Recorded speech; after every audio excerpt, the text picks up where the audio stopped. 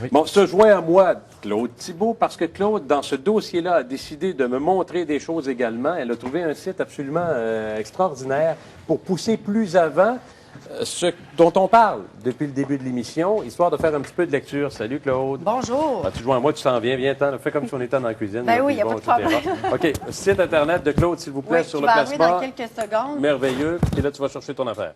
Alors, il est ici, comportement. Donc, c'est un portail scolaire qui s'adresse, oui, aux professionnels, mais aussi aux parents. Donc, ce qui est intéressant sur ce site-là, c'est que vous avez énormément de liens de différents sites qui vont répondre aux questions précises que vous avez.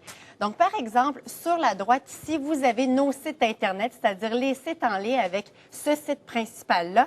Par exemple, on parlait du déficit d'attention. Si vous sélectionnez sur déficit d'attention, vous allez avoir sur la gauche, regardez bien ça, la définition, les causes, les symptômes. Alors, si par exemple, on sélectionne sur les symptômes, on va vous donner une foule de symptômes. Il y a des gens, Claude, il y a des gens qui me posaient des questions par courriel là-dessus. Le site répond à ça. Donc, comment on reconnaît? Évidemment, il ne faut pas s'alarmer, hein, parce que si on lit ces critères-là, ça ne veut pas dire que nécessairement notre enfant a des troubles d'attention, mais ça peut être un bon indicatif. Qui pose le diagnostic, pas soi-même, évidemment. Les traitements, les conséquences et tout ça.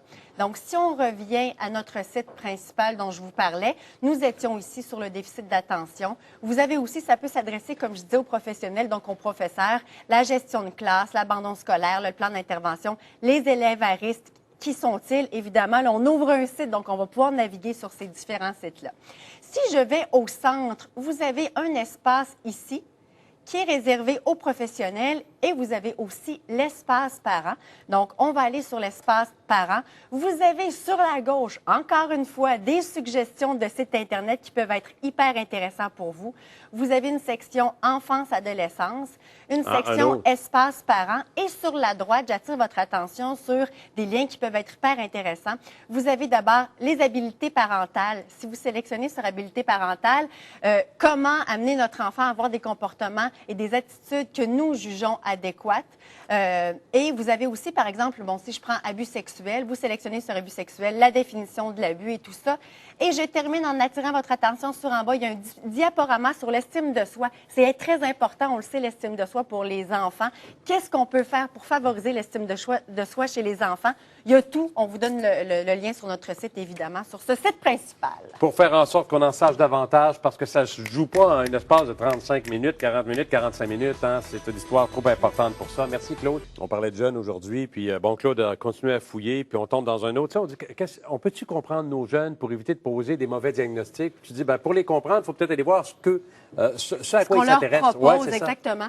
Et je vous donne vraiment des sites complets aujourd'hui. Celui-ci, c'est Maison de jeunes. Vous avez ressources pauvreté, le taxage, ce qu'est le taxage quand on est aux prises avec ce problème-là ou quand nos enfants font face à un problème comme celui-là, la violence, le stress. Et là, évidemment, je suis allée chercher troubles alimentaires. C'est de dont on parle aujourd'hui.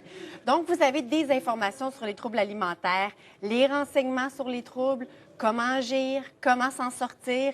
Et en bas, vous avez des liens, des ressources, donc, tel jeune, jeunesse, j'écoute. Vous avez aussi des sites pour que les jeunes discutent entre eux s'ils sont aux prises avec ces problèmes-là.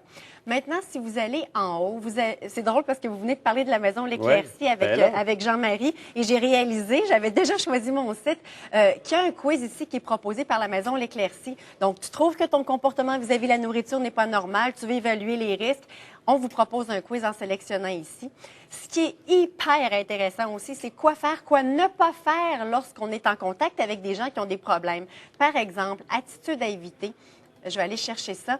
Donc, éviter de se servir de la nourriture comme moyen de communication. C'est mieux de demander comment ça va aujourd'hui que de dire mon Dieu, tu manges pas beaucoup, qu'est-ce que tu as mangé aujourd'hui? C'est vraiment, encore une fois, un site complet, oui, pour les troubles alimentaires, mais pour la sexualité, dépendance, relation, on y reviendra. J'ai vu la dépression également. C'est une madame qui en parlait il n'y a pas bien longtemps aussi. C'est un autre site à aller consulter, à lire pour être plus près de ceux qui nous occupent. C'est évidemment nos enfants.